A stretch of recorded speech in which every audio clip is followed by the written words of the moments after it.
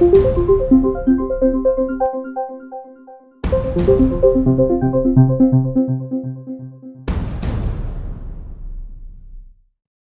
qu'il faut bien comprendre, en fait, c'est que toutes ces technologies-là se sont développées grâce à quelques facteurs de conjonction qui ont évolué très rapidement en quelques années.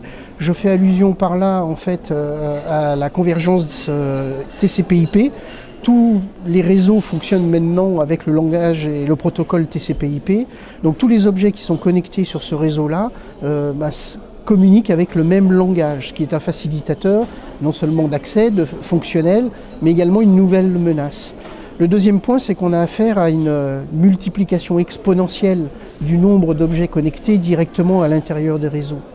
Quand on cumule ces facteurs-là, on s'aperçoit qu'effectivement, les déploiements qui ont été menés rapidement. Pourquoi? Parce qu'ils correspondaient à une possibilité industrielle, une possibilité fonctionnelle. Ils répondent à des besoins, ils répondent très clairement à des usages qui sont les usages d'aujourd'hui.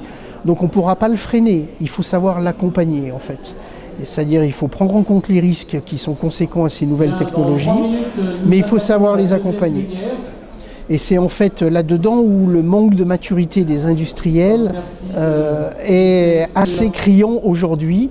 Mais il faut se rassurer, dans quelques temps, les industriels deviendront plus matures, prendront en compte la sécurité dès la conception. Donc on fera du Secure by Design sur tous ces connectiques, que ce soit des caméras IP, que ce soit tous les connecteurs IP.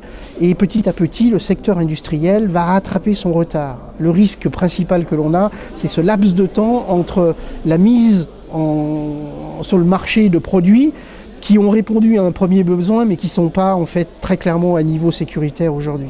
La nature a horreur du vide en fait, ça répond à un besoin et c'est inéluctable.